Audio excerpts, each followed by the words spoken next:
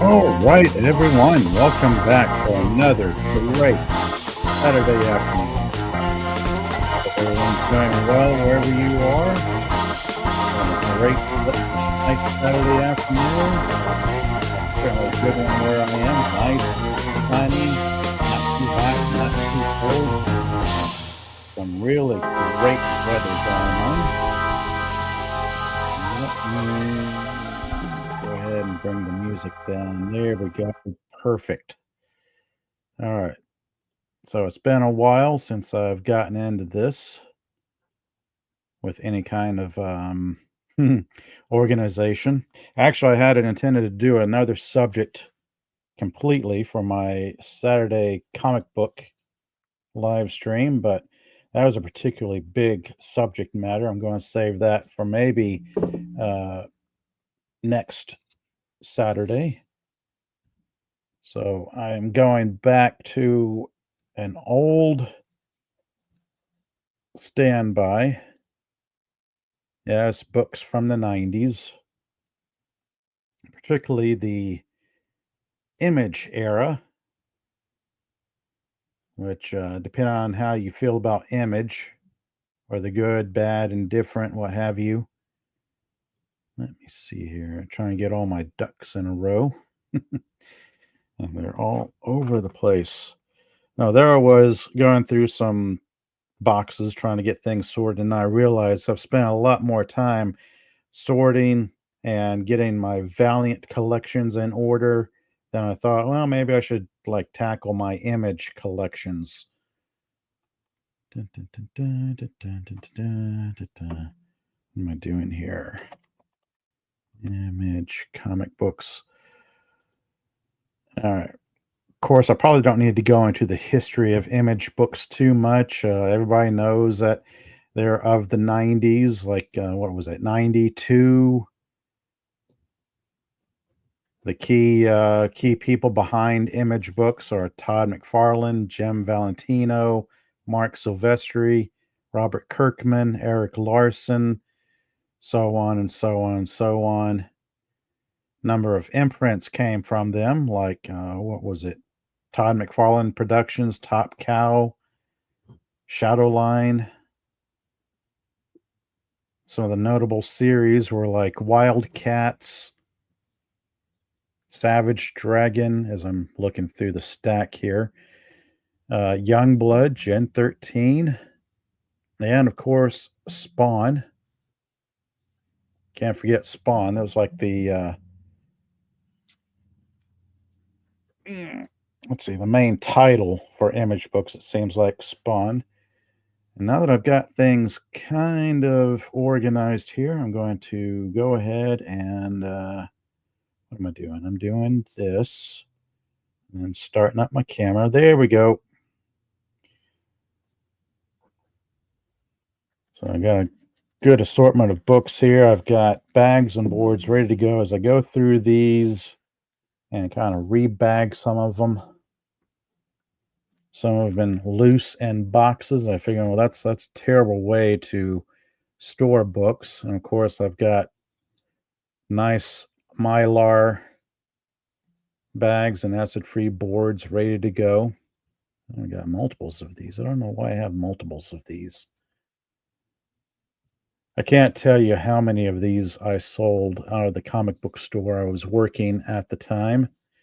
The early 90s were a crazy period of time for comic books. Everybody was getting crazy with books and whatnot. Here we got Wildcats #1, Wildcats #2 with the super spiffy prismatic foil hologram cover with an old price tag on it. So I rip off the old Scotch tape and carefully remove the book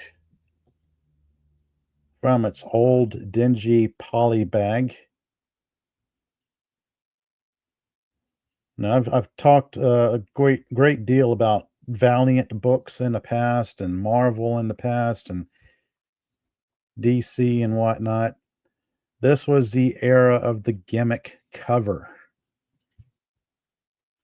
The super, as it goes, bring the bag to the microphone so I can get the sound of the Scotch tape coming free. Wildcats. First senses-shattering issue.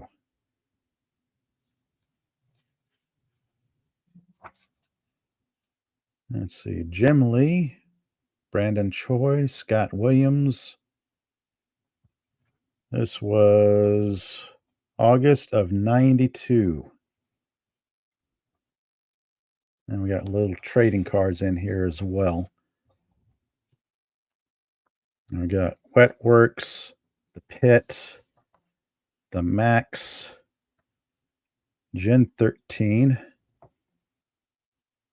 Brigade. So a number of superhero teams came out of Image. Number 21. What is this? Both of these are issue 1, but we got different covers. Okay, so yeah, it's like the variant cover. I'm not familiar with 21. I think I might have read that a number of times. Of course, we got 0 issues. It's like when you don't have the first issue, you have to have the 0 issue. Gen 13 number 1, Gen 13 number 0, Wetworks, Union, Ballistic 2, 3, Wildstar number 1. Wildstar number 1 again. I don't know why I have multiples. Sometimes you get multiples, especially when you do a lot of long box trades and whatnot. Gen 13 number 1, yet again. Another number 1. Gen 13 bootleg number 3. Shadowhawk graphic novel. This will be the, I'll save this toward the end. That's going to be the, I'm going to set him right over there. Find a spot on my cluttered desk. All right, so Shadowhawk, Savage Dragon, another Savage Dragon, Spawn number 1, and old polybag. Yep, time to ditch these old polybags.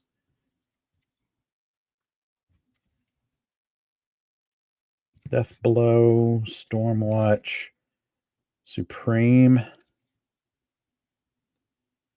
So I'm seeing a lot of Wildcats. We're going to start on, well, I might as well get started bagging up the Wildcats. Gen 13, you're going to set those set aside.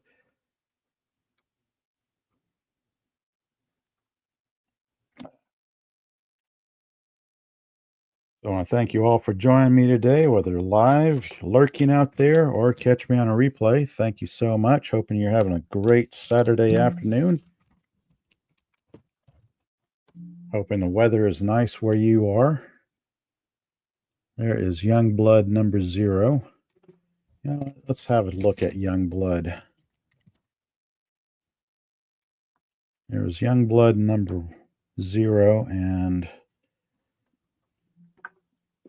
where is the first Youngblood? Gen 13, Brigade, Cyber Force. Yeah, they went crazy with titles. All right, Rob Liefeld, Youngblood number 1, first exciting issue.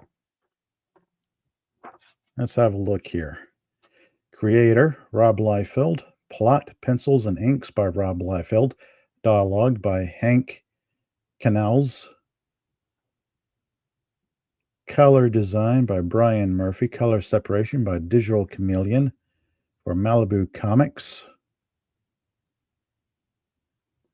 Image Comics presents. This was April of 1992. Youngblood number 1.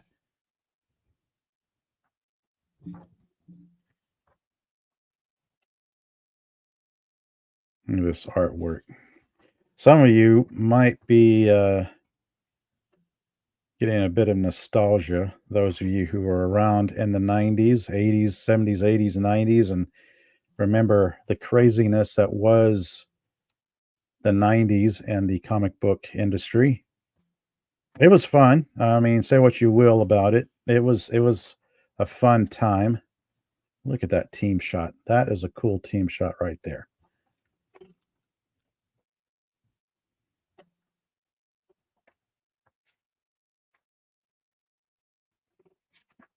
Yep. And of course, oh, it's a flippy book. So we get young blood here. Then we flip it over and we get this.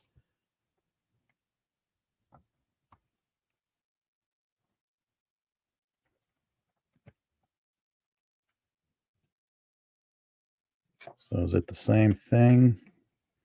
It's kind of strange. No, it seems to be different. So you flip it over and the pages are different and whatnot. You flip it over. So that is odd.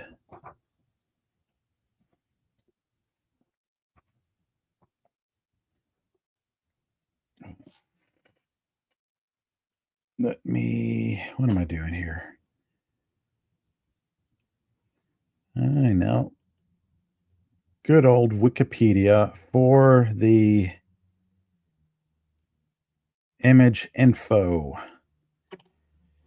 Referencing Wikipedia here, in the early 90s, artists Todd McFarlane, Rob Liefeld, Jim Lee broke successive modern sales records at Marvel Comics with Spider-Man #1, X-Force #1, and X-Men #1, respectively. However, the creators became discontented.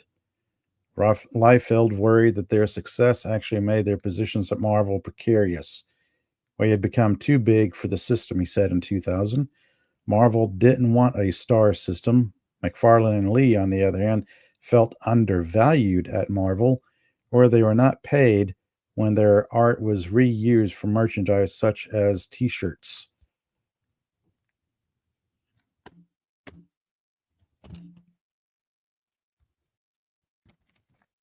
Malibu Comics agreed to publish a creator-owned title by Liefeld in 91.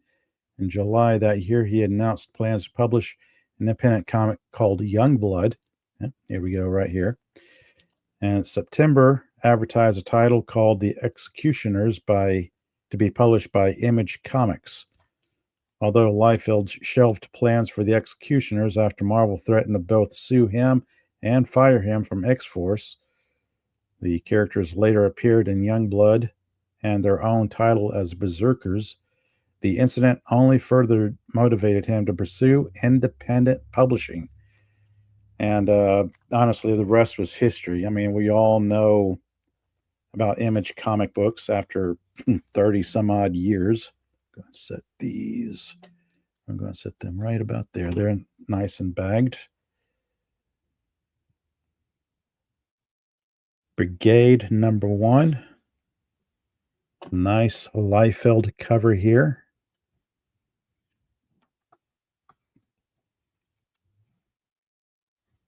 Creator, co-plotter Rob Liefeld. Penciler, co-plotter Marat Michaels. Script by Liefeld, Hank Cannells, and Eric Stevenson. Inks by Paul Scott, Norm Rapmund. Color design by Brian Murray. Lettering by Kurt Hathaway. Technical assistant Richard Horry. Color separation by Digital Chameleon. And the editor was Eric Stevenson. So, of course, Image, that's why I'm seeing the Malibu Comics here. It's Image, but it's tied to Malibu. Get a look at some of the artwork here. I'd honestly forgotten what a lot of these books were about. I know I've read them at least once, maybe twice, and then just kind of set them aside and forgot all about them. Brigade #1 in a nice shiny Mylar bag. Although I do remember, I think the most I remember was, I'm going to set these aside. I'm going to set them to this stack as I sort through these. Gen 13, Gen 13. Okay, get a stack of Gen 13 and set them aside because I'll tackle them separate. I'm going to set them right here. Wildcats, the Max. Some of you out there may remember the Max on HBO, this very odd animated series. This is the comic book for it. March of 1993, first printing, an Image Comics Group title. Story, pencils and inks by Sam Keith. Dialogue by Bill Messner Loebs. Finishes by Jim Sinclair. Lettering by Mike Hessler. Color by Steve Oloff, Ruben Rude, and Ollie Optics. Logo by Chance Wolf.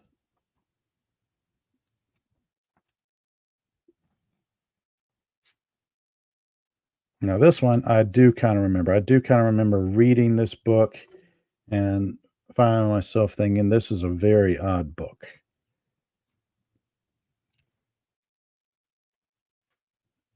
He was like a homeless guy with delusions of being a superhero. Then there he was in his dementia and some kind of alternate existence. Meanwhile, in the real world, he's just a homeless guy. And we get a shot of our villain in the book.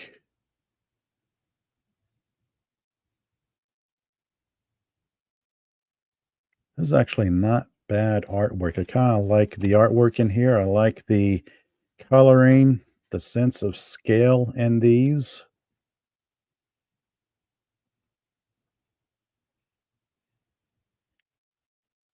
Well done proportion on these. A good panel layout. I actually think how the panels flow from one to the other really work in this book. And we get some nice splash page for the initial meetup between hero and villain. And then a nice big splash across 2 pages as they square off. So yeah, that was pretty neat. I don't remember too much about the Max.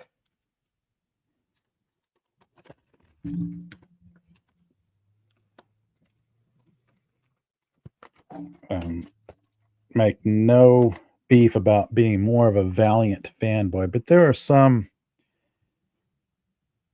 Image titles that were standout.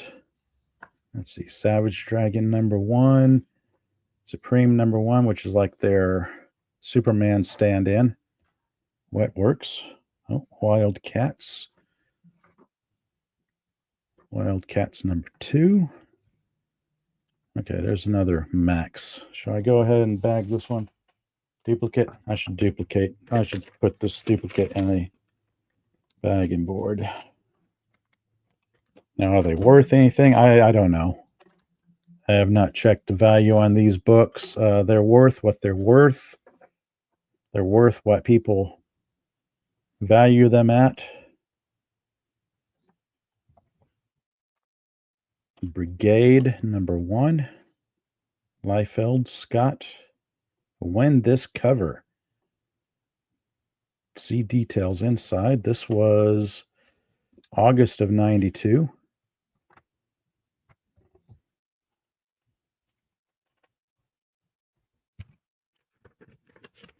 You know, you talk about comic book sales during that period of time, it was crazy because everybody was talking about selling millions of this comic book, millions of that comic book. A couple issues of Pit #1, ripping first issue. And get to the first cover here, or the inside. Image Comics presents Pit, created by Del Keown from Full Bleed Studios. Pencils and inks, Del Keown. Writer, Brian Houghton. Letterer, Chance Wolfe. Colorist, Joe Chiado. Editor, Sasha Lemelin.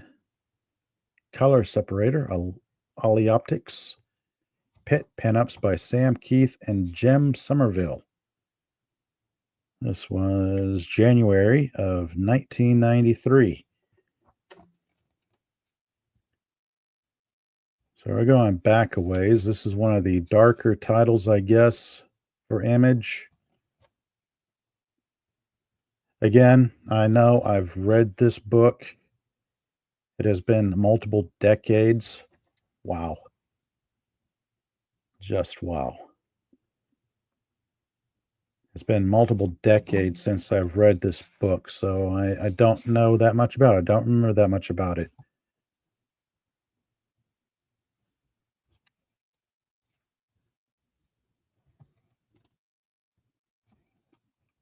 I like the artwork. The artwork, the action. Coloring is very nice. Pretty dark, giving you a nice sense of tone of the book. He gets a bag and board.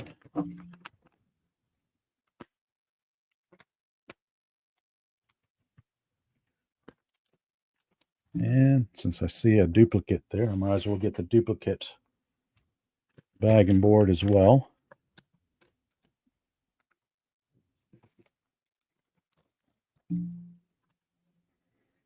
All right, Cyber Force. Oh, there's another Gen 13. Gen 13 number 1. Wet Works. Spawn. Wildcats number 1. All right. So how many Spawn? Okay, of course, everybody knows Spawn. Spawn is probably the most popular Image title there is, or perhaps the most well-known because of who's behind it.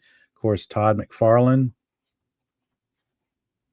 This is like the, I don't know what you call it, flagship title for Image Comics. Let's see. Image Comics presents Questions, dedicated to Jack Kirby for Malibu Comics. Stories, pencils, and inks by Todd McFarlane. Letters by Tom Orzechowski. Color by Steve Oliff. Editor, Wanda Kolomajic. Special thanks to Lance Geck.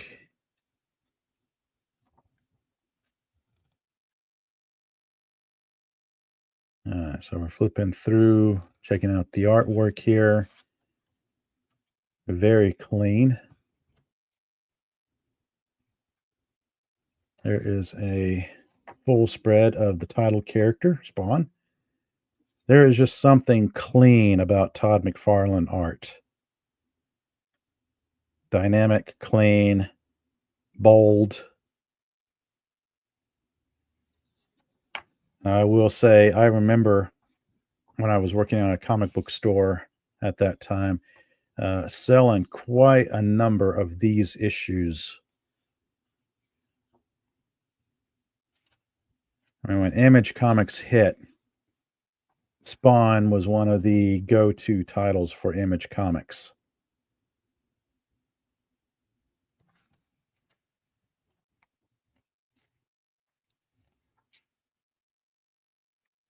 I don't know. I'm not a particularly big fan of the comic myself, Spawn. It's an okay character. I guess I don't particularly care for the supernatural Faustian deal type storylines that was Spawn, like Spawn and such.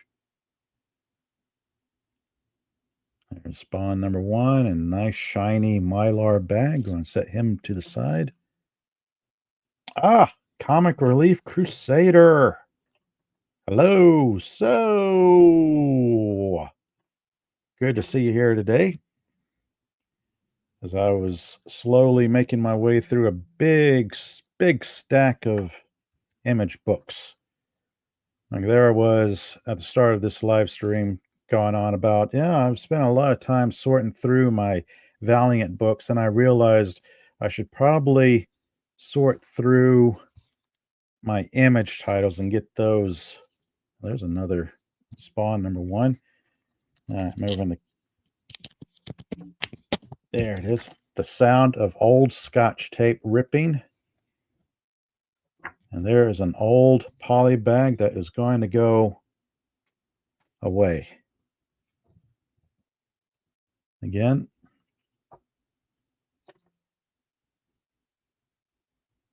just taking a moment to again appreciate the colors, the dynamic art style of Todd McFarlane.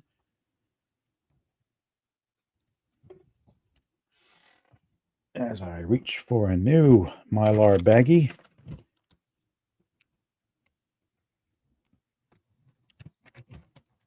Put them in there. Am I ever going to have any of these books slabbed? I don't know. Probably not. Very rare would I even think about having a comic book slabbed for the collector value. I don't think I really have anything that valuable. I'd want to send it off, spend the money, have it graded and slabbed and whatnot. Well, quite frankly, these books during the 90s, like I said, there were millions and millions of them printed. So they're not going to be very valuable. I have not checked the prices on these. So, yeah, this is, again, needless to say, during the era of the gimmick cover. Here we have Who is Shadowhawk number 1. And in case you can't tell, that is foil and it's embossed. So we've got some embossed lettering. We've got an embossed foil title. Gimmick cover. Everybody was doing the gimmick covers back in the day. Let's gently open this up. August of 1992. Shadowhawk number 1 of 4. Created, written, and illustrated by Jim Valentino. Letters by Diane Valentino. Colors by Digital Chameleon. Editor Eric Stevenson. New York consultants Leslie and Adam. Special thanks to Robin the Gang, at Extreme, Dan Fraga, Kurt Hathaway, Richard Horry, Cherry Liefeld, Marat Michaels, Norm Rapmund.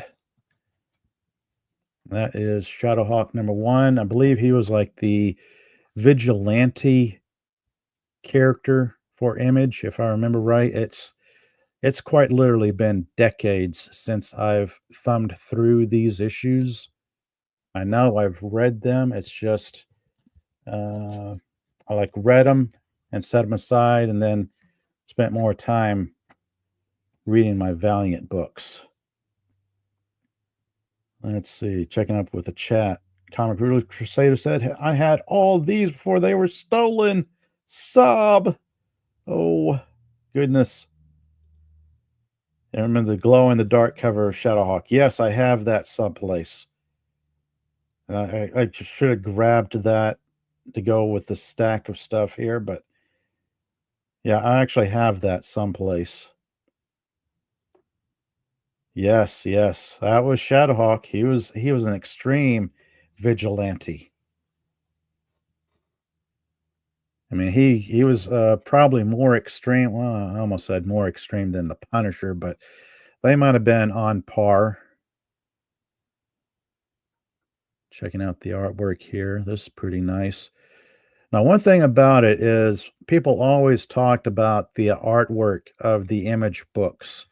I always heard people come into the comic book store at the time excited to get the newest issue of whatever Image book there was. And it's like, oh, did you see, as they were talking to their friends that came in with them, it was like, oh, did you see the artwork from the last issue? It was like, blah, blah, blah. The artwork, yay, oh, it's fantastic. All the while I'm showing them Valiant books and going, oh yeah, have you read any Valiant books? They have stories and characters and whatnot. Let's see, where do I want to go to next? Not that Image wasn't good. It's just for some reason I found myself attracted to Valiant because I remembered a lot of the characters from that time. Well, the old Gold Key books. I have a few like Solar, Man of the Atom. So when Valiant came through and picked up some of the old Gold Key characters like Turok and Magnus Robot Fighter and Solar Man of the Atom, I was digging those. Not to say Valiant, I mean, not to say Image was bad. They're certainly not bad. I mean, they were like the number 3 at one time, number 3 in direct marketing behind Marvel and DC. I have no idea where they are now, but they're still around. They're still putting out books. Unfortunately, Valiant has waned over the recent years.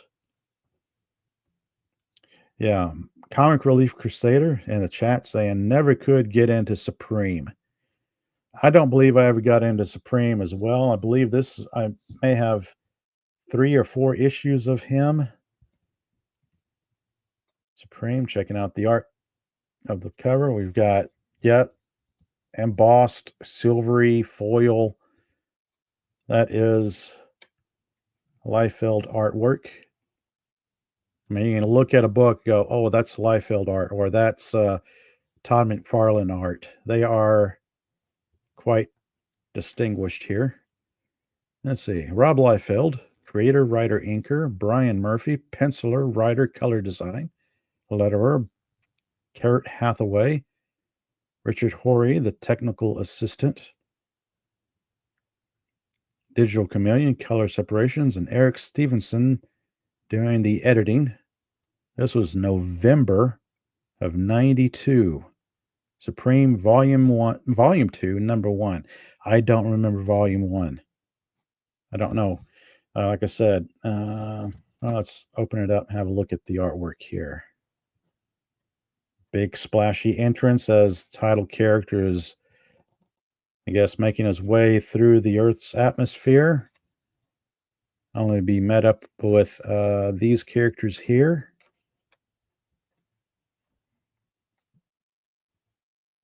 I am supreme, he states.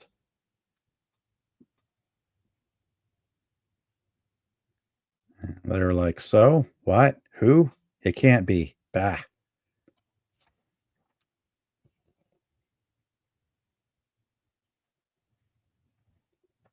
So I guess this is the again, I don't remember these. This is like the Superman analogy for Image. Extreme house look. Yep. That's it. All right. Checking the clock, seeing how I'm doing on time. Again, I want to thank you all for joining me, whether you're live, you're lurking out there, or going to catch me on a replay. I hope this is not too boring. I'm just going through a stack of old Image. Kind of bringing back memories, honestly, because I was not a big Image fanboy, but these are still neat to look through.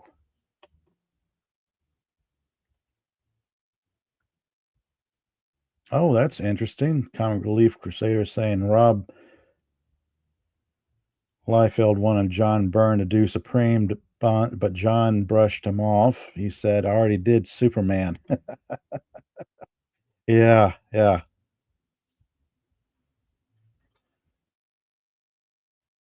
I don't know what's going on here, but that is quite a splash page. No, this is Cyberforce number 1.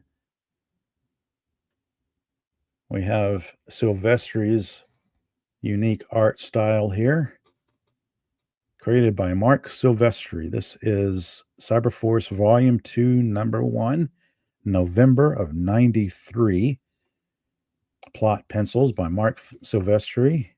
Plot script by Eric Silvestri. Inks by Scott Williams. Letters by Mark Hessler. Colors by Joe Chiato. Editor David Wohl.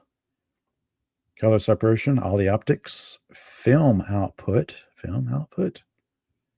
Tony Kelly and Kellyo-Graphics. Okay.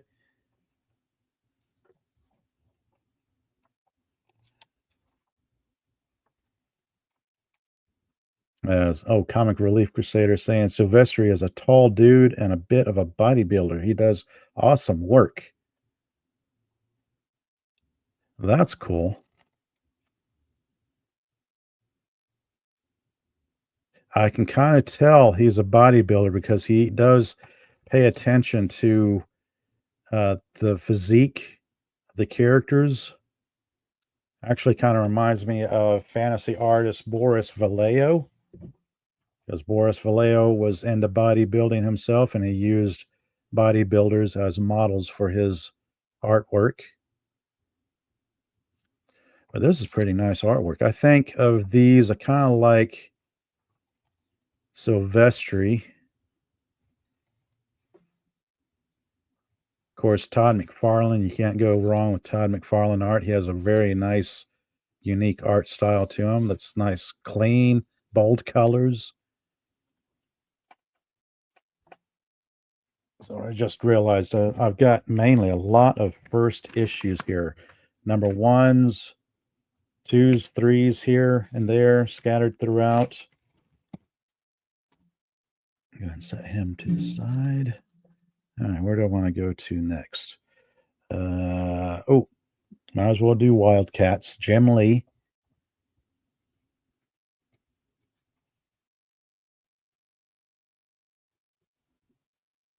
Very busy artwork, bold coloring. Man, if that's one thing I can say about all these books so far that I've looked through, the coloring has been bold, in your face. Nothing about these books is what you'd call dull or boring. No, these books are certainly not boring. Image Comics presents Wildcats. Covert Action Teams, number 1 of 3, August of 92. Jim Lee, co-creator, writer, penciler. Brandon Choi, co-creator, writer. Scott Williams doing the inking. Mike Hessler doing the lettering. Joe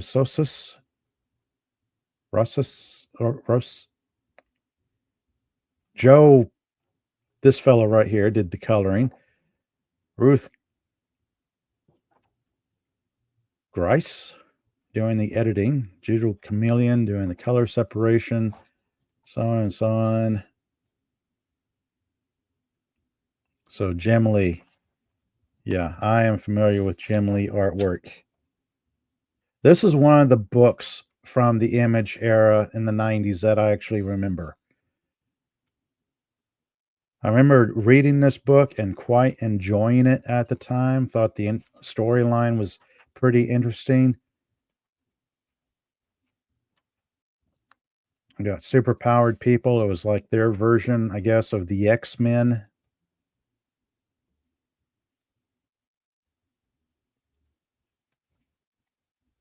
And we got, oh, look at that. Trading cards still intact.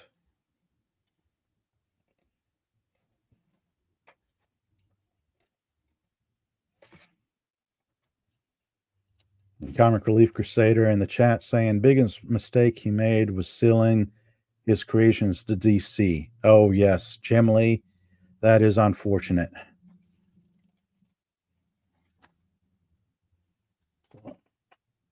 Reach over, grab a new bag and board to put this guy in.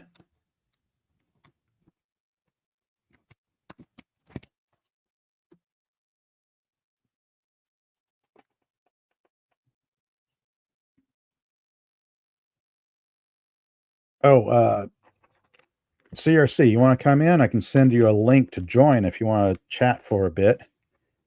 I'll probably be on for another 40 minutes or so. If you want to talk about some of your favorite image books from the day, unless you've got a busy day today. I just see you in the chat. Thought I'd extend the invitation. All right. So normally, number ones, first issues are the ones that get the fancy, spiffy, goofy gimmick cover. But for Wildcats, it's the second issue where we get spiffy, crazy, gimmicky. I mean, you can't just have foil. You get holographic foil, shiny, no embossing, but that does feel like the ink or something is built up there. I can't quite. Yeah, it's not embossed. Well, unless it's just the ink. Yeah, super shiny. The era of the gimmick cover.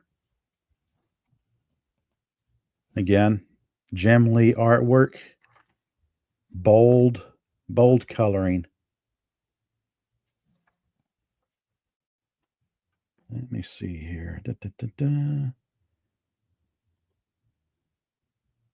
do this and come up here as I check some settings here.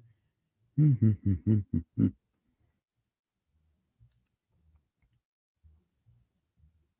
I do this. Paste. And that, okay. Okay, now I'm back. I was just checking some stuff here. Shiny, shiny. Every single image book, your characters were larger than life. I don't know. I don't care what title it was. The characters were always larger than life. The colors always popped.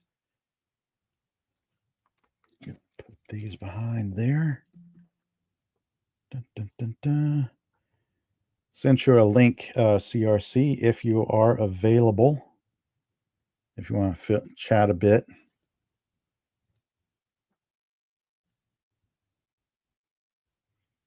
Let's see, where do I want to go to? Oh, Wildcats number 5. I'm going to set him right there. 21. Don't know anything about that. Oh, Wildcat 6. 5, 6. 7. 8. Wildcats Trilogy number 1. This is some kind of foil cover.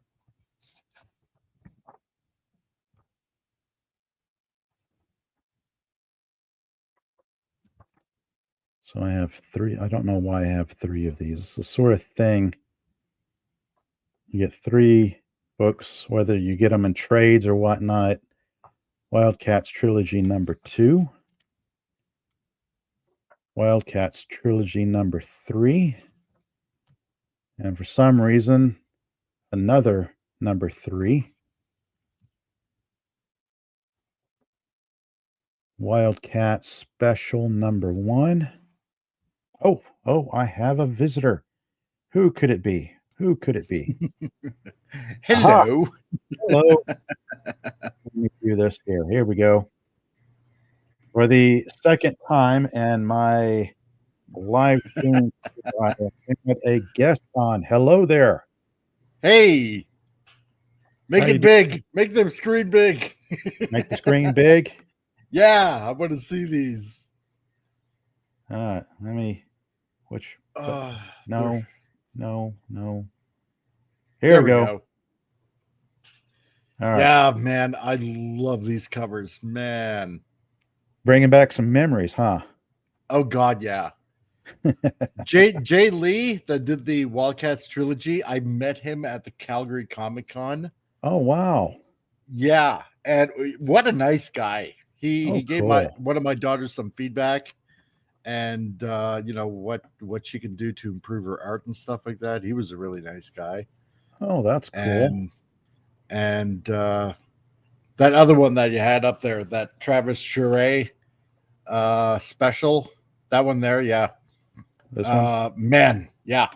He is such a phenomenal artist. Oh my God. He produces fantastic works of art.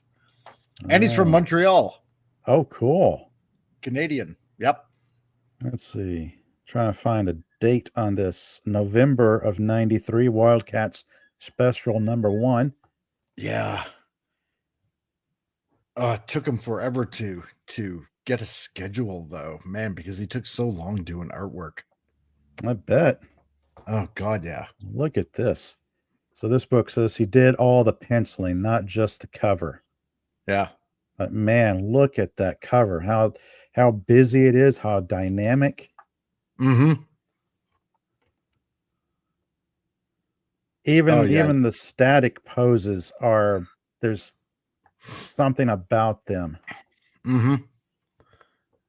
Yeah, you should see some of his artwork that he puts out on Twitter. It's phenomenal. It's even better. Oh wow. Well, this was Oh 30 yeah. years ago, and I would expect an artist to improve over the oh, that's nice. Yeah. That centerfold right Mm-hmm. there.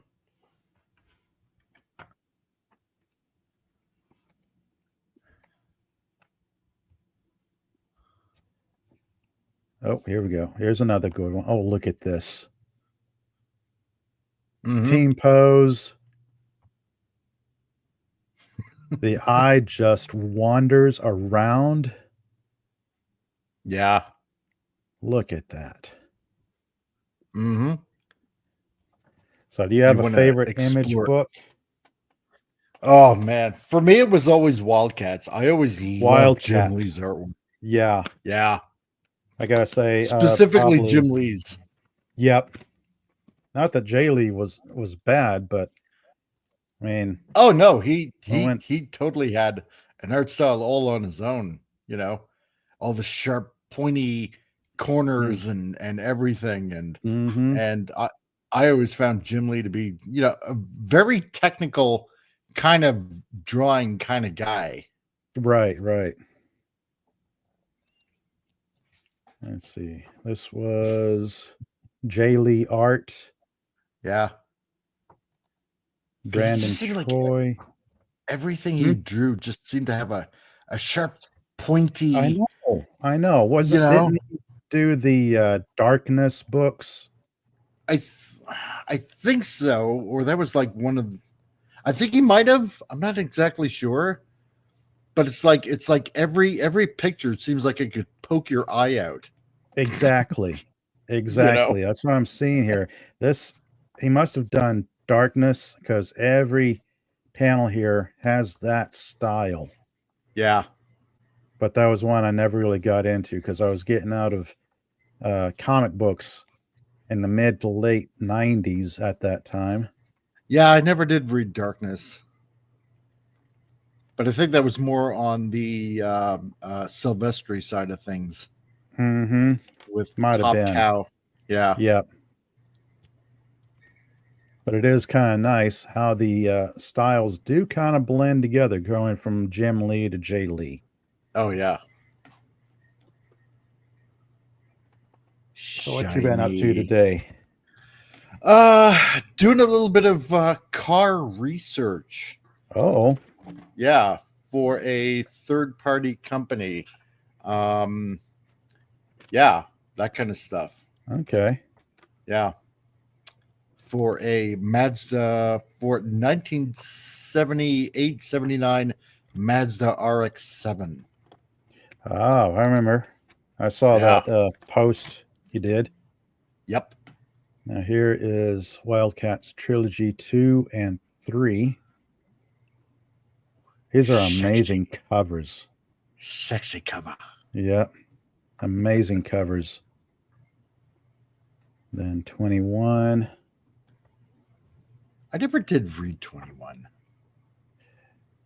I don't know. I got it. I have no idea what it is. It's like 2 variant issues Huh.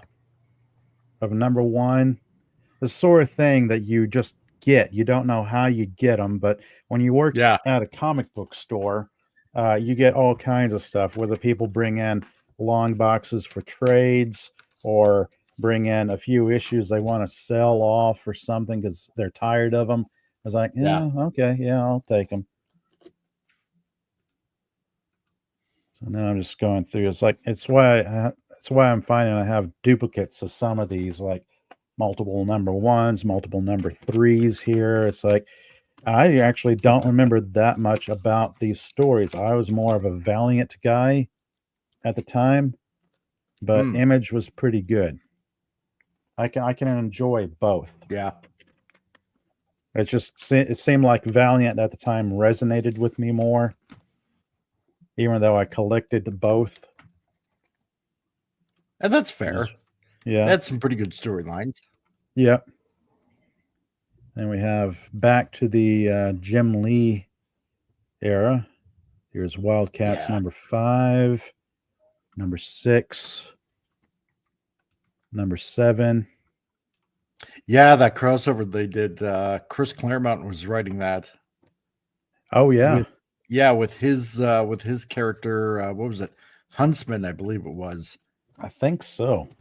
Yeah, and because he even did a novel of that character, and I'm not sure if it's. Yeah, I'm pretty sure it's like separate from like the whole image.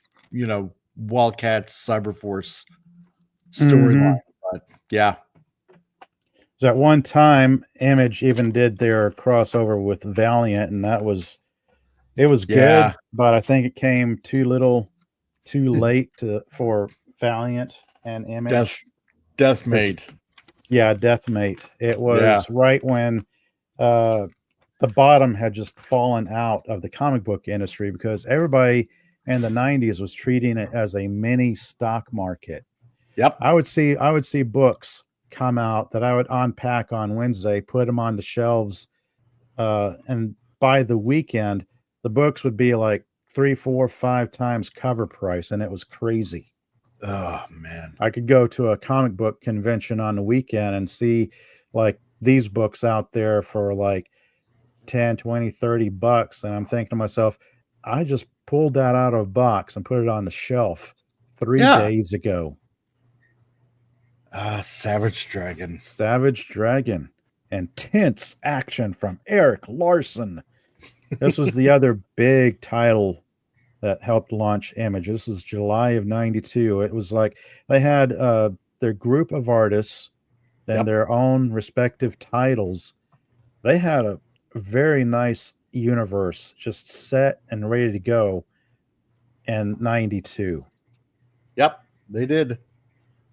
I And they remember when the first miniseries came out, the Savage Dragon miniseries before the main series came out.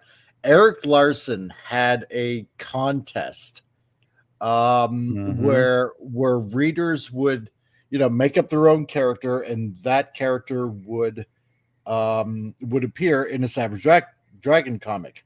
Yep. And a friend of mine and we submitted our own characters. We got a letter back from Eric Larson. It's like, oh yeah, I like your character design. It's really good. Unfortunately this, you know, I didn't pick this one. So Oh goodness. oh, it was still fun though, Oh yeah. I Yeah. bet. Look at this fold out. That is crazy. I don't know what's going on, but it looks crazy. Yeah. I think I even did a writing submission to Jim Lee to Wildstorms Wow, when I cool. was in college. Yeah. And I got some constructive feedback with that. God, I gotta find out where all these letters are. I know I still have them somewhere. I still have one from Dark Horse, because they had a manga comic contest going on too, Oh and I wow. think it was for Ghost in the Shell. Oh Yeah, and yeah. I still got that letter. So, but Yeah, because Dark oh Horse man, was I really wanted to be getting in on this action. yeah, because Dark Horse was big in manga back then. Hmm. Let's see. Oh Oh, yeah. here's another Savage Dragon duplicate. I got like multiple boxes of Image books that I haven't like sorted through yet. I've already done that with most of my Valiant books, like making up little lists of, oh, I need this many issues to complete this run, and so on and so on. Look at this, another Savage Dragon #1. They're coming out of the woodworks and bringing the, Wow. there is the sound of the Scotch tape. Oh, that wasn't very fun. As I carefully remove it from the old poly bag that's like 30 years ago, and I fling them across the room. Yep. Replacing, this is also a chance for me to like replace all my old poly bags with shiny, spiffy new Mylar bags, because I don't want to worry about this 30 years from now. It's like 30 years from now, I'll be looking at these books going, this bag and board is 50, 60 years old. Maybe I should change it out. Yeah, maybe. Maybe. There's Wetworks. Man. This is one of those. Hang on a second as I carefully open this up. Yeah, the gatefold cover. Boom. Oh, yes. It was really sad about Portasio, because I remember, all the big seven were doing, their titles. And I remember a bunch of friends of myself, we were waiting on Wetworks for ages to come out. I know. And it took so long. And we were like, what the heck's going on? I want to get this book. And then only later on to find out that Walsh Portasio sold the rights to Jim Lee, because what had happened in between that time, his sister passed away. Oh, goodness, yeah. Yeah, and he really needed some money, and so Jim Lee offered to buy it from him, the characters from him, but he still put out the book later on, a few years later. So, yeah, this is going by the fine print here, June 1994.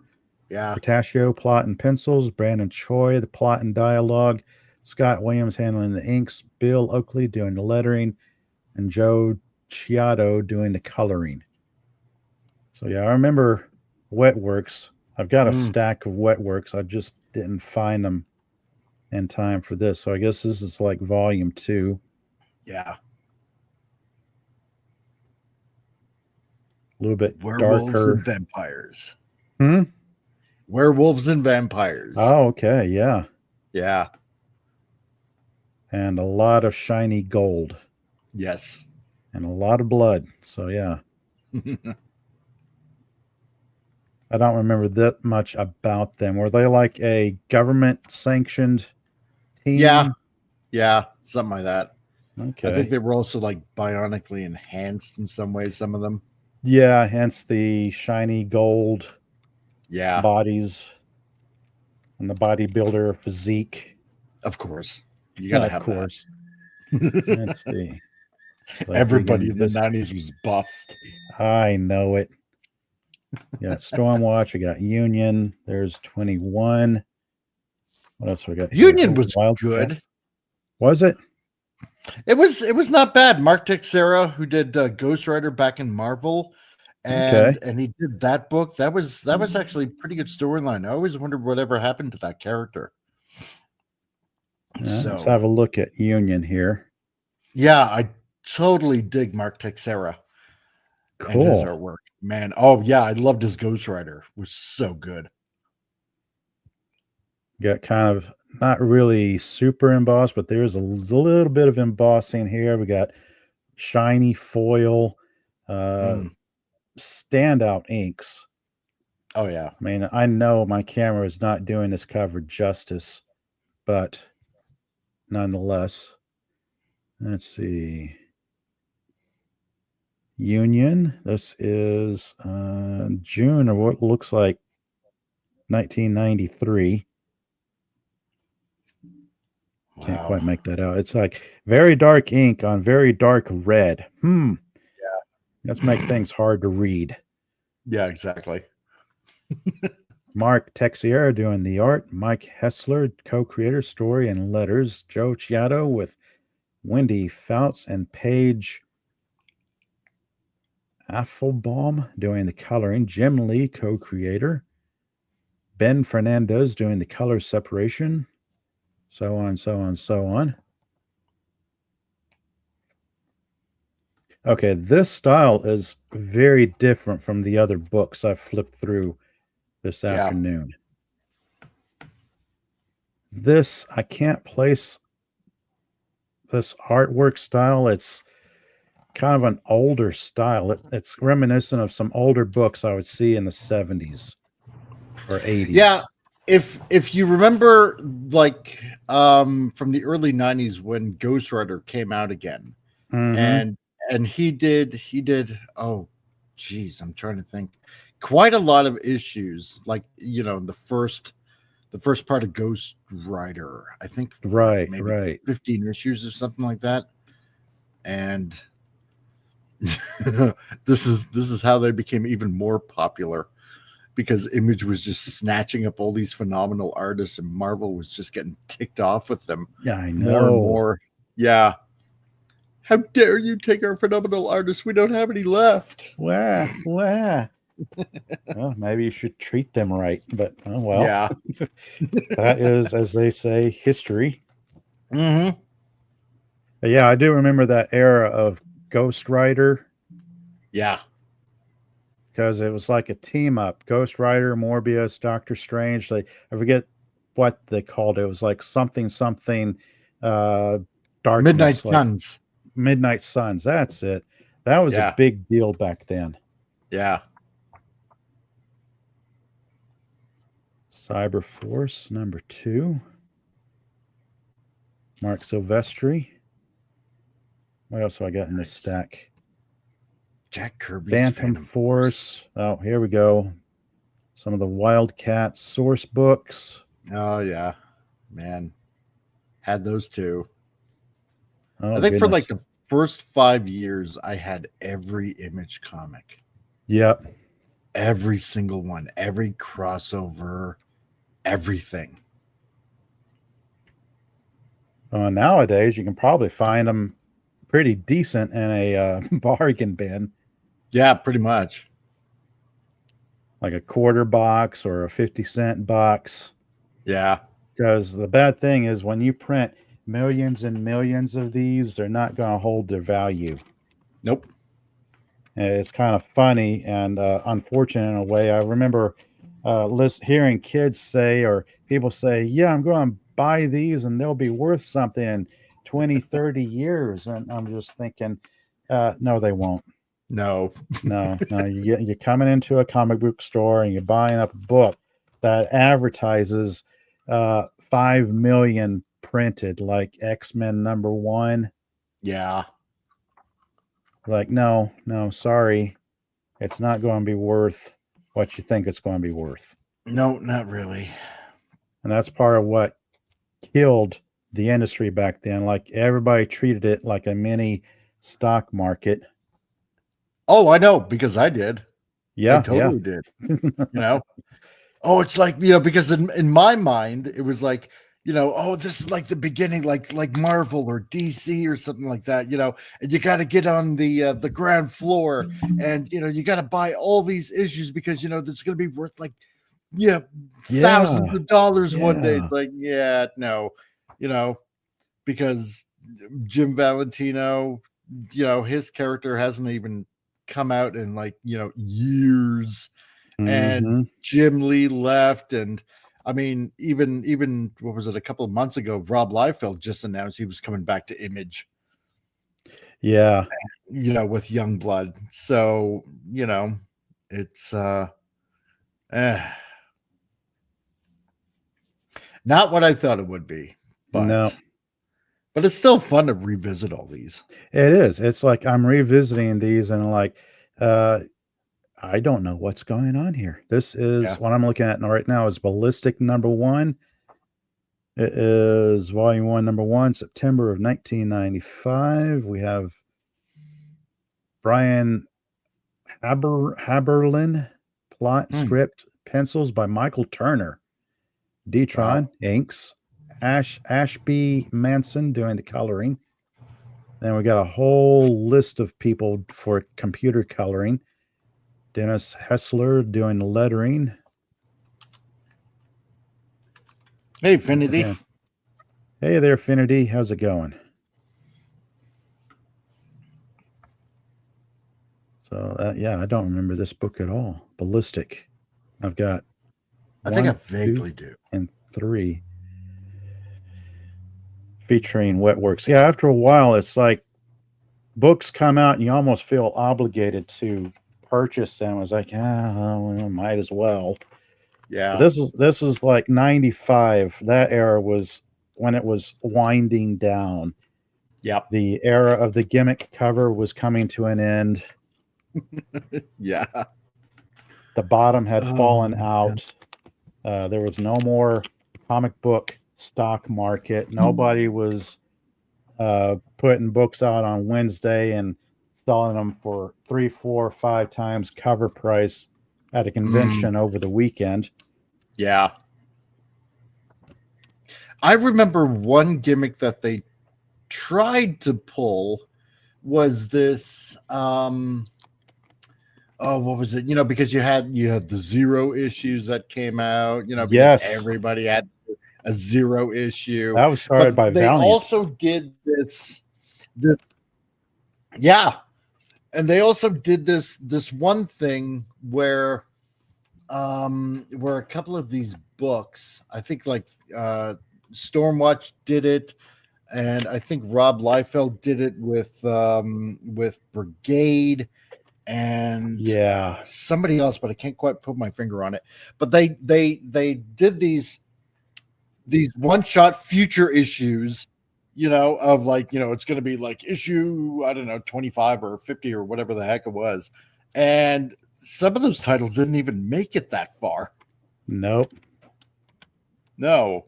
Some are almost like one and done, or you might get 3 or 4 issues out of them. Yep. Stormwatch, I do remember. I did kind of like it. They had, I think in the first 3 issues, they had a coupon in the back that you had to snip out to get this special Stormwatch Chromium card. Okay. That you had to get. So where I would normally get the direct sales one, I would also get the newsstand one, because that one I didn't mind snipping up to get the coupon out of it. Mm-hmm.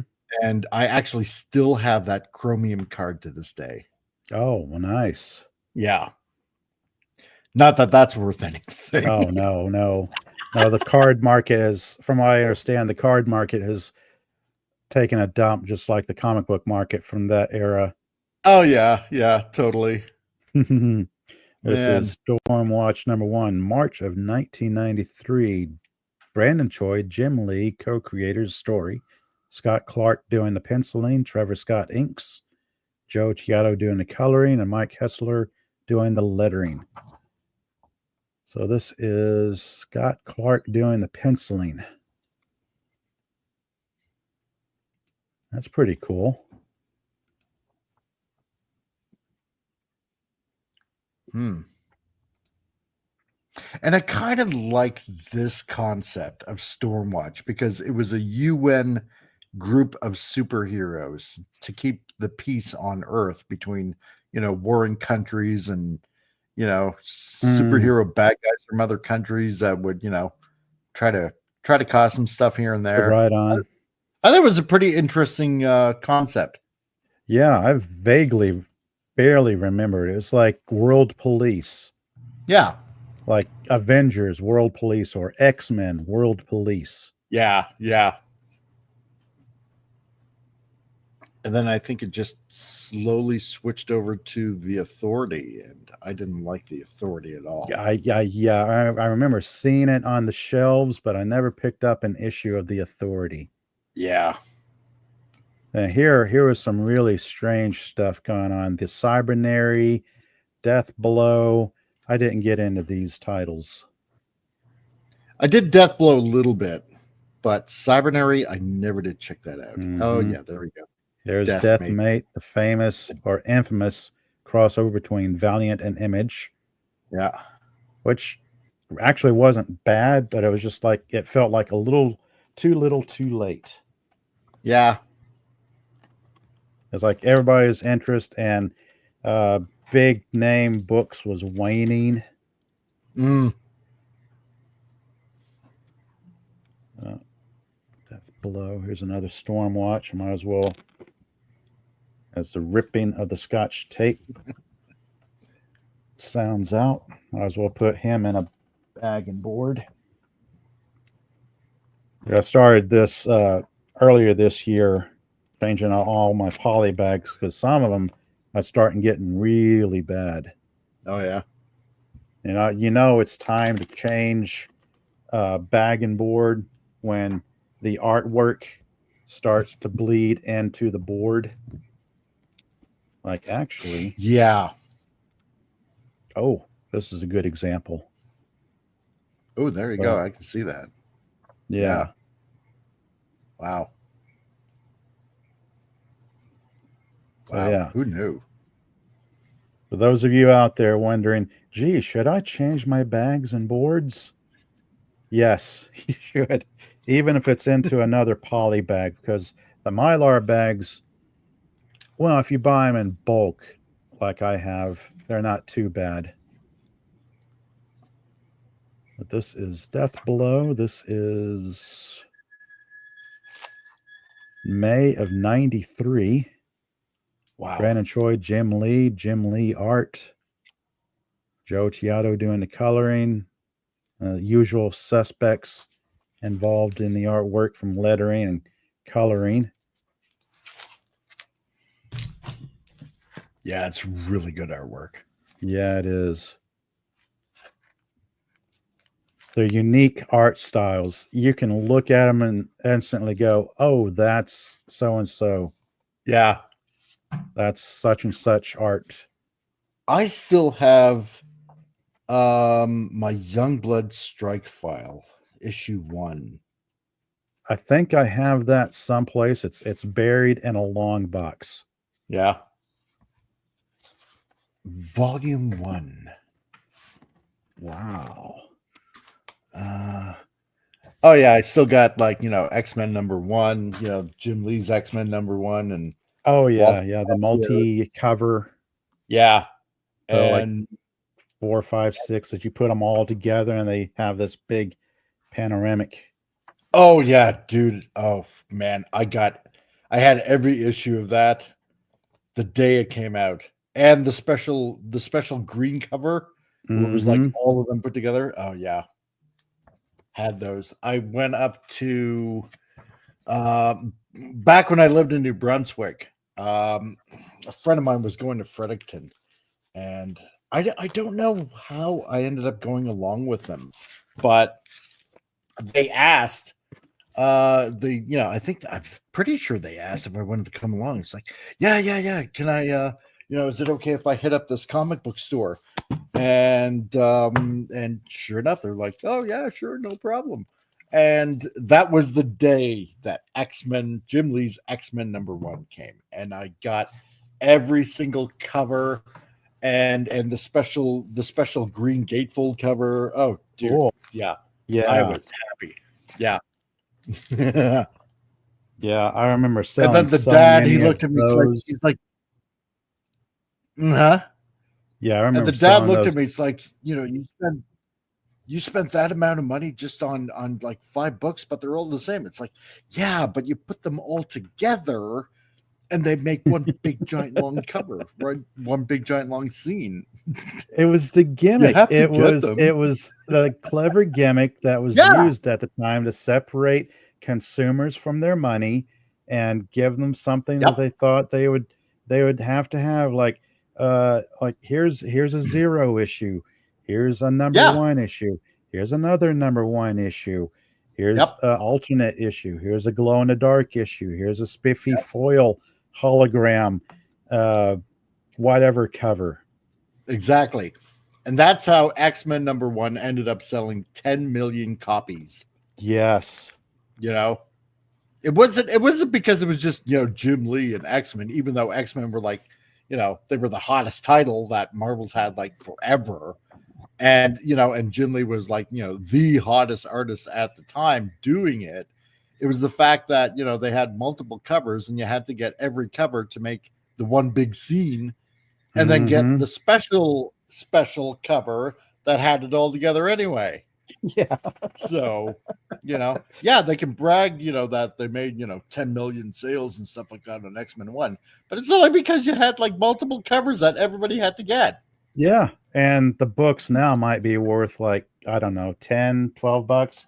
Well, they Yeah, might be maybe. worth more than that, but I haven't Yeah. priced them recently. And it's like, I never really bought the books for the value. It's like, I'll buy them and read them because I might find the characters interesting or Mhm. the artwork is cool. Yeah.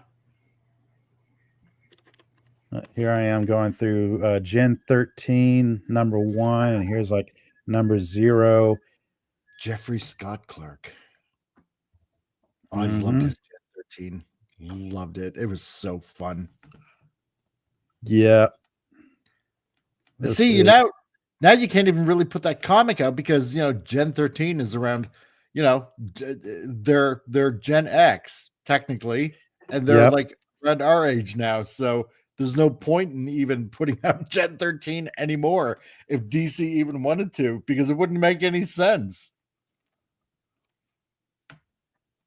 No. Plus, this is of that era. This is of the era where you could get away with characters doing risque things that would be frowned upon today. Oh yeah, totally. 100%. Huge fold out inner Mm-hmm. cover of the team.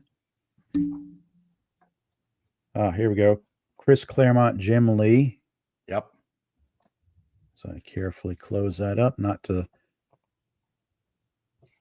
refold the cover. But yeah, it's like, I think I kind of liked Gen 13 and then Wildcats the most out of the Image titles.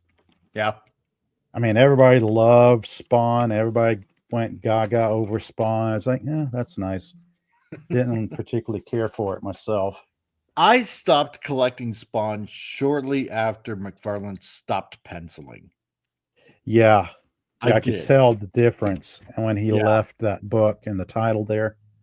Who was it that took over? It was Oh, I I'm forgot, trying to actually. remember. Yeah, yeah.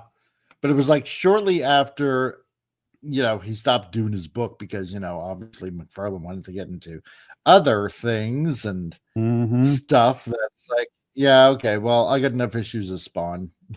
So, Yeah. I only got the artist that matters. So. All right. Oh, jeez. So I have run out of Mylar But then bags you and boards. So I'm just going to open these up and breeze but you through them. Oh, sorry?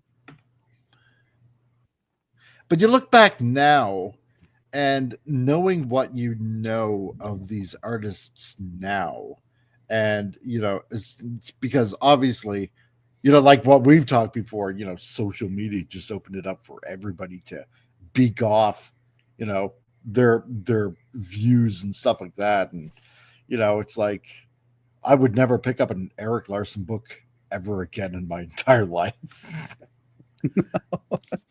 you know like, I mean, I liked Savage Dragon. It was a slugfest every issue, right? Yep. It was Yep. fun. And then, now what he's drawing, the content that he's putting out, it's like, oh my god, it's like almost softcore porn. Yeah, Oh, I have sorry, not seen any of it. no, you don't want to. It's that Oh, bad, but goodness. No, I probably won't. not to say that kind of stuff on your channel or anything like that. Yeah. But it's like, dang, dude, what are you thinking? And I saw him once at the Calgary Comic Con, and he didn't look quite engaging, shall we say? Gotcha. Yeah, yeah. Not that he was being impolite or anything like that. It's just that he just didn't really engage with people.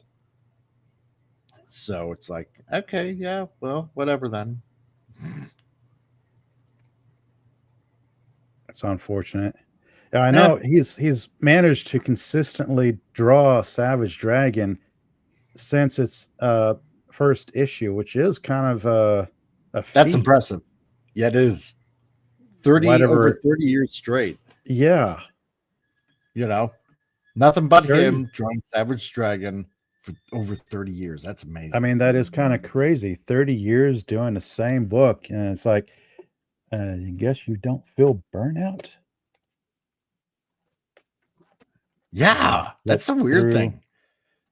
I guess he just really likes Savage Dragon to. Because you would think a lot of artists would just be totally burnt out on their character.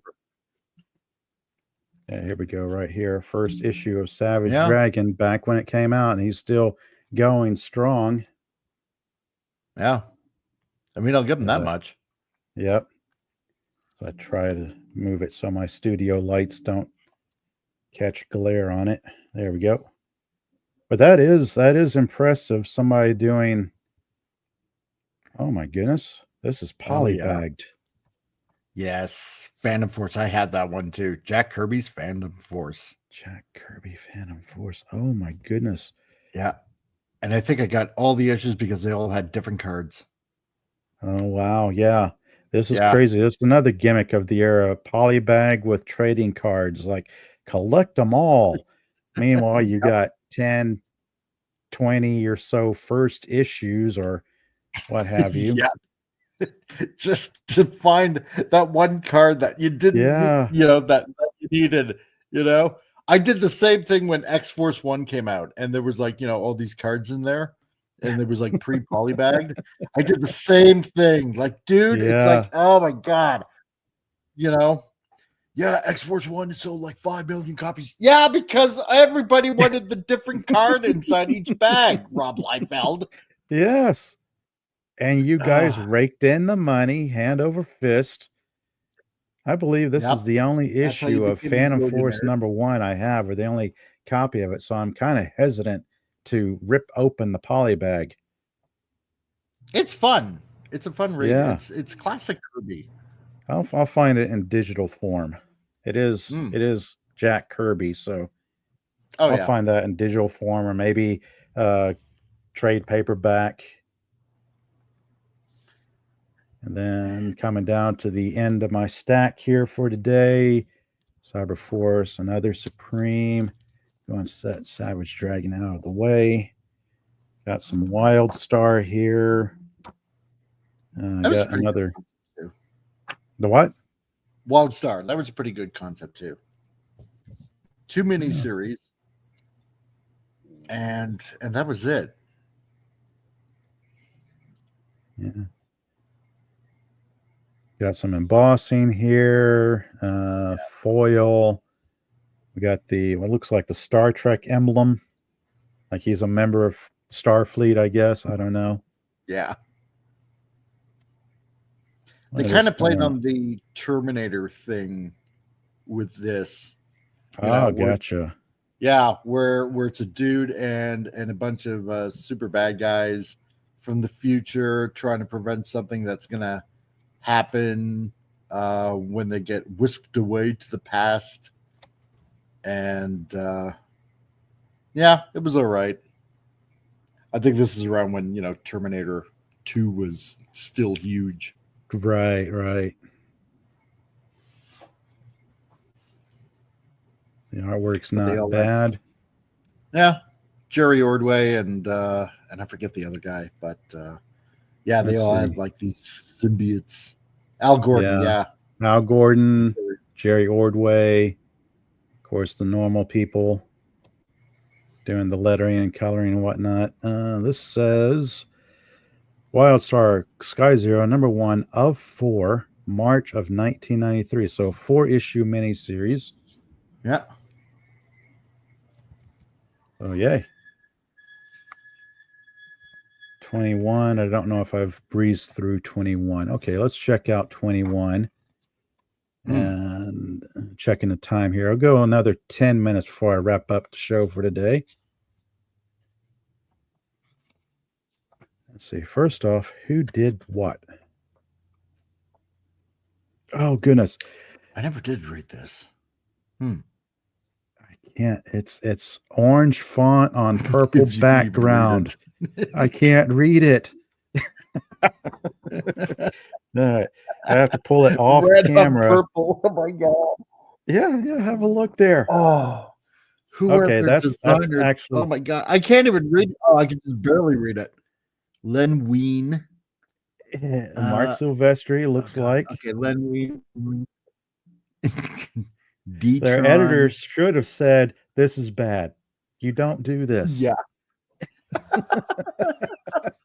But anyway, You know. you can kind of Oh. tell it's Silvestri art. Yeah.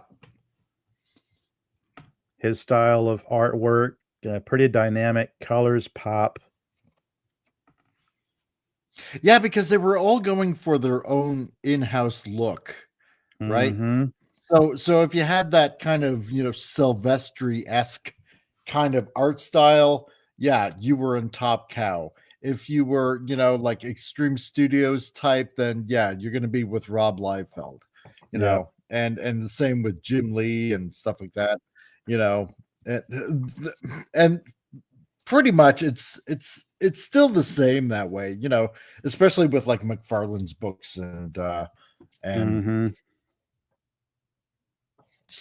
maybe on occasion, um with Larson. Well, Larson was, I don't know, he just like kind of like some funky stuff here and there, Yeah. with the artwork. It was it wasn't Larson-esque for some of his books, I would say. He did switch it up a little bit, with his in-house look, which wasn't too bad. Let's see. Second to the last book I'm going to open up for this afternoon. I don't know what this is. This is a image preview, Wild Core, Ruffner, Booth, and McWeeny, if I'm reading that correctly. Yeah, Brett Booth, he was a pretty good artist. I liked him. Written by Ruffner and Booth, penciled by Brett Booth, inked by Tom McWeeny, colored by Jessica Ruffner, so on and so on. So I have no idea what this is about. This is probably the first time I've ever actually opened this book. The spine is sharp. Yeah, this has never been opened. Nice. There you go. I think it was 97. like a Wildcat spin-off book. Yeah. 97. This is almost 3 decades old, and I've never opened it up. Wow. First time opening this up, having a look at them, have no idea what it's about, who these characters are. It's like people are running, jumping, shooting, flying. Yep, they're superheroes. And then we get some filler. Yeah, this is, of course, just a preview, but yep, that's neat. Yeah. And Wetworks number 3. All right. So my comic book live streams, I tend to end on like a graphic novel of the week. Sometimes I do, sometimes I don't. But This is Ancient 30-year-old poly bag, goes in the trash. This is the Shadowhawk graphic novel. Nice. Very clean. Again, I've probably never opened this up. Yeah, this is probably the first time I've ever opened this book, because when you have the floppies, what's the point of buying the graphic novel when it's the same thing? True. Shadowhawk Out of the Shadows, published by Image. 1993, so on, so on, so on. Plus, the fun thing about graphic novels is, they're collected editions and stuff like that, but they also throw in like these tiny little extras in there, like, little sketchbooks, little concept art and stuff like that, which is what I enjoy. Yeah. I remember liking this artwork. There was something fluid about it. It was not sharp and Mhm. angular like the other books, but it just the action, the fluid artwork really fit for the intense Yeah. action for the character. This is where he meets up with Spawn, the flagship title for Image books. Mhm. Liquefier. See, I liked it because I liked Valentino because uh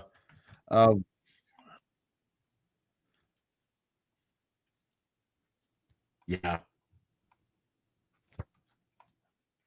Beautiful artwork. Here's all the Who's What's It's.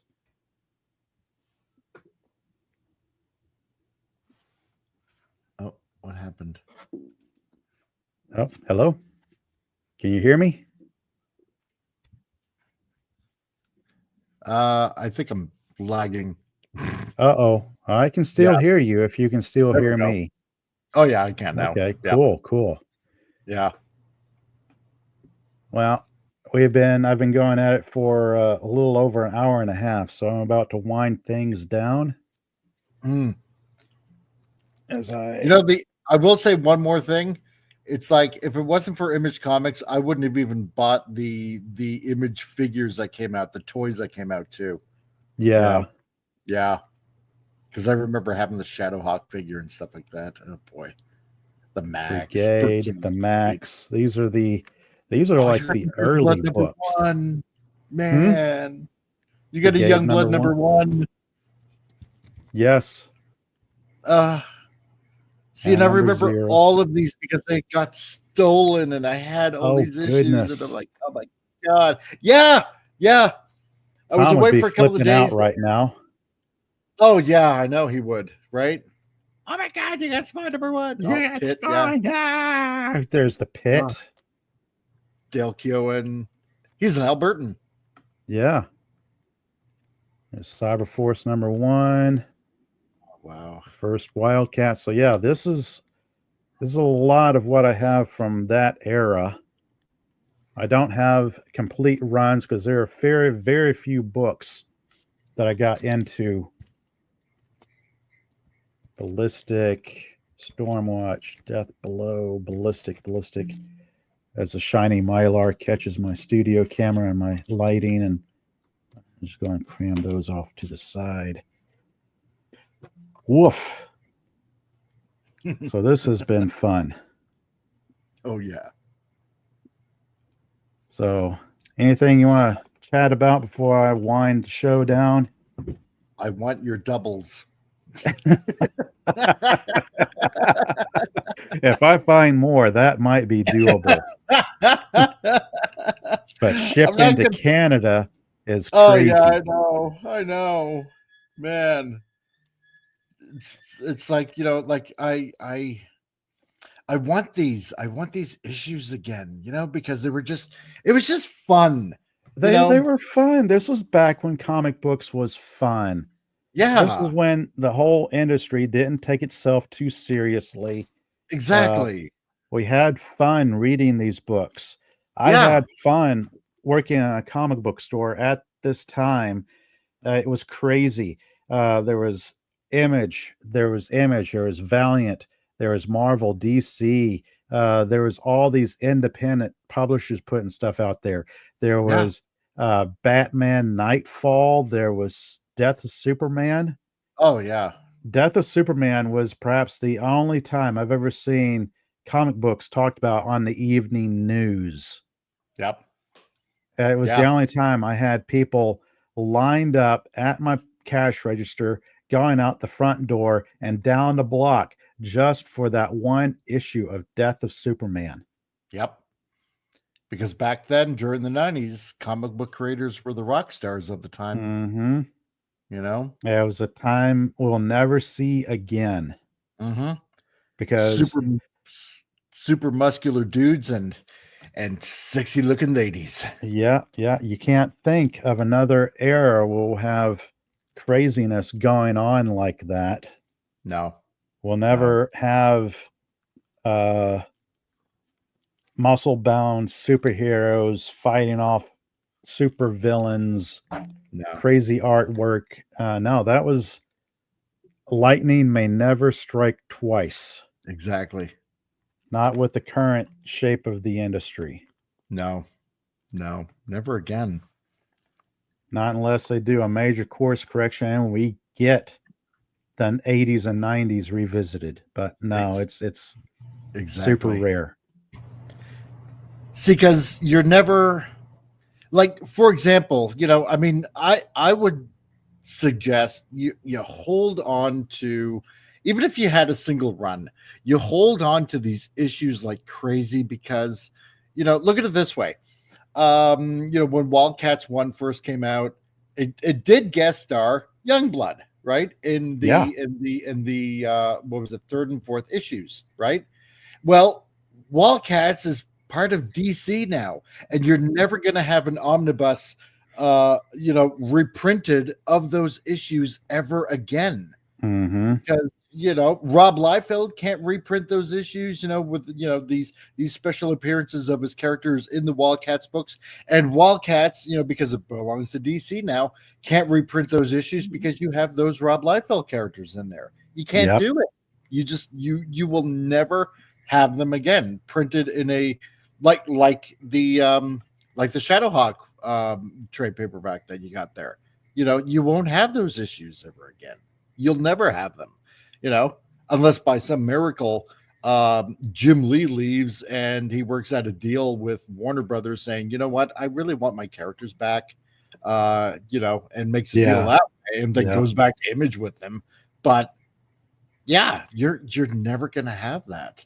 And it was literally lightning in a bottle. That's all that it was, you know and I remember when they had this, what was it, Shattered Image crossover. It would have had like all the characters, the original characters of Image, all in this one storyline that they were planning on putting out, but they never finished it because Jim Lee left. Something was happening with Rob Liefeld. He ended up losing his characters, Yeah. and and they never finished that miniseries. Never did. It's crazy how much things have changed since then.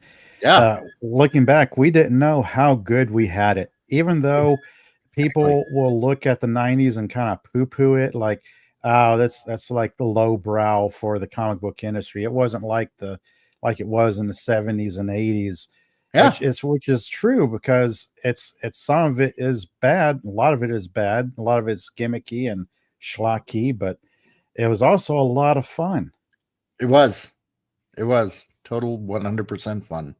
And everybody, no matter who it was, Marvel, DC, Image, Valiant, Dark Horse, any independent third publisher out there, everybody got silly with those gimmick covers. Oh yeah, I've 100%. got stacks of gimmick covers from publishers that probably aren't even around anymore. Nope. Nope. They're not going to be around anymore. So, But it was a wild, wild time. but it was a fun time. It was. So as I wind things down, I'm just now seeing what time it is, and I got to take off. As always, I want to thank everyone for joining me, whether you're live, lurking, or catch me on a replay. Let's see who joined me in the chat. Well, first out of the gate, it was Comic Relief Crusader joining me here today. So Oh. yes, and then who else showed up in the chat? Let's see. Finity, the timey-wimey limey. Hello there. Yep. Believe this is the first time I've seen you in my chat, so welcome and thank you for stopping by. Oh, coming in at the evening. Dead man Dead man. walking.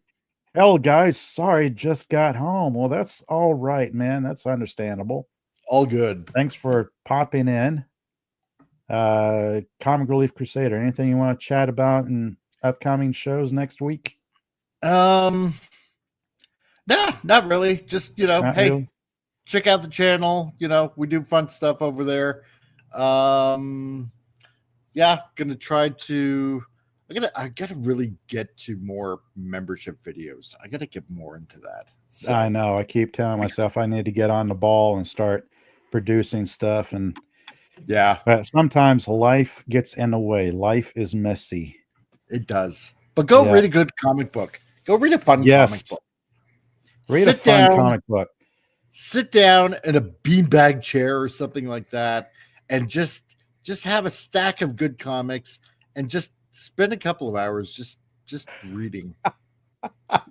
Beanbag chair. I think I still have a beanbag chair in storage. Yes, there we go. I may or may not have bought one for my very first apartment 30 some odd Awesome. years ago. Well, see, that's perfect. 30-year-old yes, beanbag chair, 30-year-old comics. yes, there you go. Perfect. But anyway, going to wrap things up here for tonight. As I, there we go.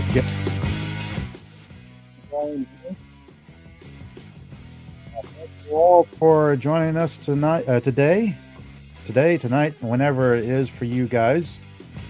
Until next time, everyone. Later. Later.